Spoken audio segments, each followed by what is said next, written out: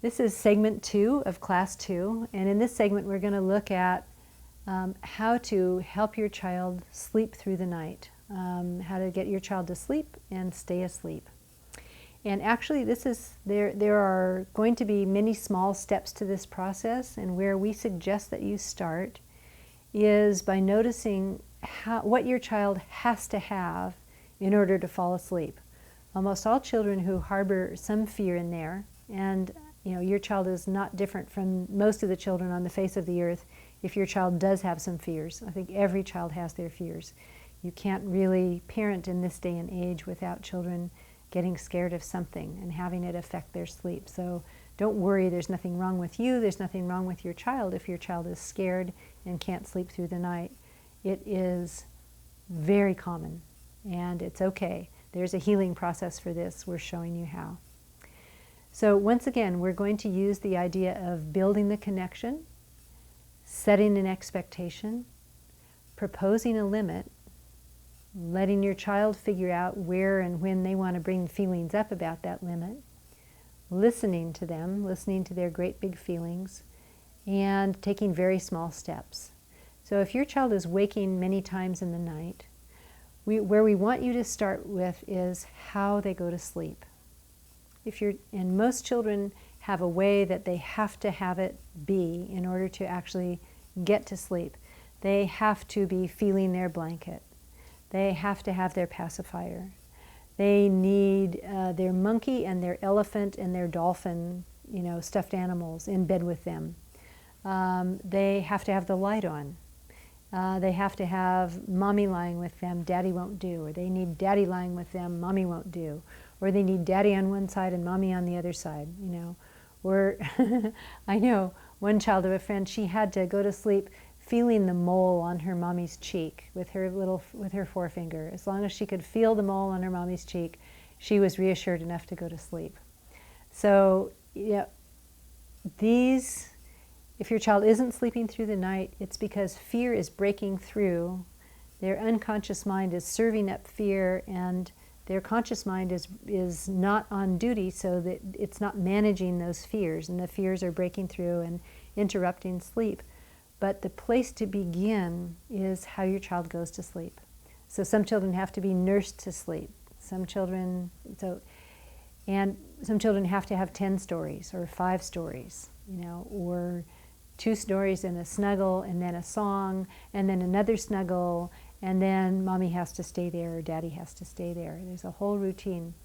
What you're going to do is take the very small step of adjusting your child's routine. And you're not going to do it, in a secret way. You're just going to say, tonight we're going to put you to sleep and it's going to go this way. We're not going to nurse you to sleep tonight. And you would say this even to a 6-month-old baby, because babies understand far more than we imagine. And you want to get in the habit of respecting your child by talking to your child about what you're doing and why you're doing it. So they might not understand every word, but you still say, sweetie, tonight I'm going to put you to sleep without nursing you. I'm going to nurse you first, and then I'm going to put you down, and I'm going to stay with you in the bed with my hand on your tummy. So you tell them what's up. Sweetie, tonight you're going to go to sleep without Thomas the train in your hand. We're going to put Thomas on the bedstand over here. Or tonight, sweetie, the kitty is not going to sleep on your bed. We're going to put the kitty outside, and you're going to sleep without the kitty on your bed. So you figure out what's one little thing that you can change about the routine that your child depends on to keep feelings under the surface. These little bedtime routines are signs that there are feelings under the surface, and your child has found one particular way that has to be done exactly right in order for them to not feel the feelings that are stored there.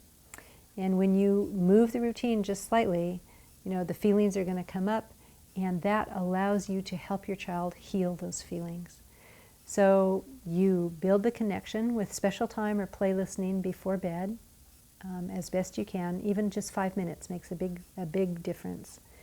You set the expectation by telling them earlier in the day, tonight, sweetie, you're going to sleep, and we're not going to put the kitty on your bed tonight to keep you company. And if your child begins to cry there, just at the news that his bedtime routine is going to change, Wonderful. He's making really good use of the fact that you set the expectation. Then, when you're getting closer to bedtime, you propose the limit. Okay, sweetie, it's time to put the kitty out now. You can say goodnight to her. Do you want to put her outside of the door? And then, you close the door and your child bursts into tears, and that's where you start stay listening. Or maybe your child gets into bed and says, Mommy, I want an extra story because Kitty's not here. And you just go, no, sweetie, you don't need an extra story. You're safe here without Kitty. I'm right here.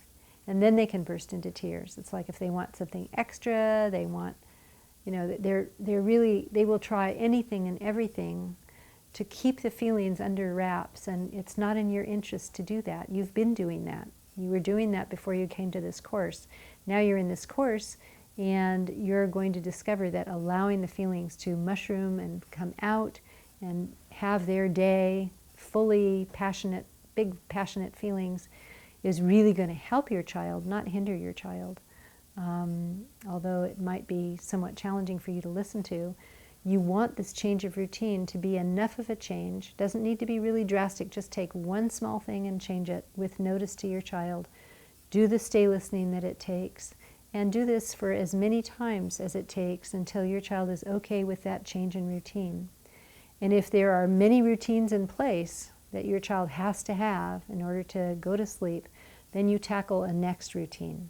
So first it was the kitty off the bed, and now it's going to be, tonight, sweetie, and for the next few nights, Mommy's not going to lie down with you. I'm going to sit on your bed instead and hold your hand.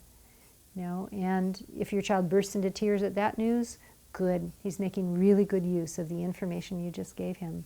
Then you get to bedtime, and you read stories, and then you go, okay, I'm going to sit next to you now and hold your hand.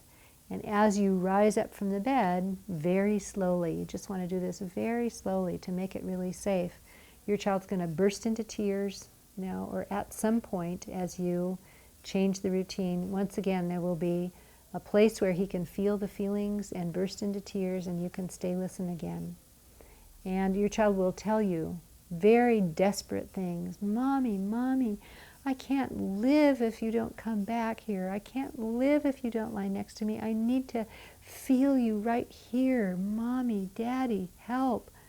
I can't do it. I don't want to be here. I want to sleep in the basement. I don't want to sleep here without you. They'll have really passionate feelings about this. You need to listen to the whole thing and just keep saying, I'll stay with you. I know this is hard. I'm right here. I know this is scary, but you're safe. I'm watching out for you every minute. And so you change the routine once again, in a small way, but a significant way, and you let your child work through this. So these are the things to do if your child has a very rigid sleep routine, and these are the things to do if your child wakes in the night, because what you're doing is you're accessing the feelings that they can offload before it's the middle of the night. And oftentimes this lets children sleep better and sleep longer. It sort of changes how many times they wake in the night. If you have a child who is very, very scared, which often would indicate just a really hard time staying alive somehow. They just, the birth was really scary, or they were, somehow physically threatened with illness or grave difficulty early in their lives. So then what might happen is that as you open up crying about a change in bedtime routine, what might happen is they wake up more in the night. They wake up every hour instead of every 2 hours. And what's happening there is that the limbic system is going, whoa, somebody's listening around here. This is great. We can finally get out from under this big load of fear. Let's, so what happens is that the fear gets pushed to the surface again and again in the night. And so I'll talk about what to do about fears in the night, in the middle of the night, in a little bit. But just know that sometimes when you begin to listen, the number of times your child needs you to listen and the number of times they fall apart, which means that they access this healing process. They that what happens there is that they look like they're regressing. It looks like it's going in the wrong direction. But what's happening is that their hope that they can heal from these fears is much higher. And therefore, they're presenting you with more opportunities to help them with feelings that it's really taken them a lot of energy to keep under control. And the human system does not want to keep big fears under control. It's very expensive on the mind. So your child's intuition that healing is possible and that you know how to help is very active, and that's why things are going to get rougher before they get better. If that's what happens, that's why. Because your child's really hopeful now that you can help them get rid of this fear forever, and you can. So I'm going to tell you a little story about this. This child in the infant toddler center that I ran, her name was Darlene, and she was getting ready to go to preschool from infant toddler center and was, had just turned 3. And her parents thought, she really needs to learn to go to sleep without both of us lying next to her.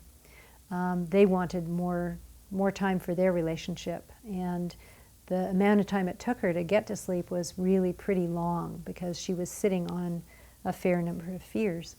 So I talked to them about ways to use listening tools to do this, and what they decided to do was to, instead of lying with her, to do special time before bedtime and then lie with her for 5 minutes and then sit up on the edge of her bed and slowly but surely, night after night, move a little farther away and let her have her feelings about this. It's like when feelings subsided about them sitting on her bed, then they would stand up and move one step away from the bed and have feelings. And sometimes they did it, or the first night, I think they did it in such a way that the dad stayed on the bed with the daughter, but the daughter really wanted the mom. She really wanted her mom next to her. And so the dad stayed and put his arm around her and held her hand and stayed right next to her. And the mom sat on the edge of the bed, and slowly, as when the crying would subside, she'd move a little farther away. And Darlene had a really long cry that night. And the parents, it went on so long that they were just so worried that they must have broken their daughter's trust, or they must have done some damage, because she cried for really quite a while the mom was edging towards the door, one step every 15 minutes, when as the child's crying would subside, she'd take another little step, with the dad sitting right next to her. But what happened the next day, the parents got very worried. They thought, that Patty Whipfler, we should have never done what she said. What if our child never trusts us again? She had so much crying. It was so awful for her. What have we done? What were we thinking? So many moments of self-doubt. But the next day she woke up bright and cheery. She went to her new school, and she'd only been there, I think, a week or two at this point, and hadn't really integrated with the other children yet. She was, hanging on the edges, just watching everything and not really joining in. And the mom came and picked her up at the end of the day after work and talked to the teacher, and the teacher came running up to her saying, Darlene had the most amazing day today. She was so different.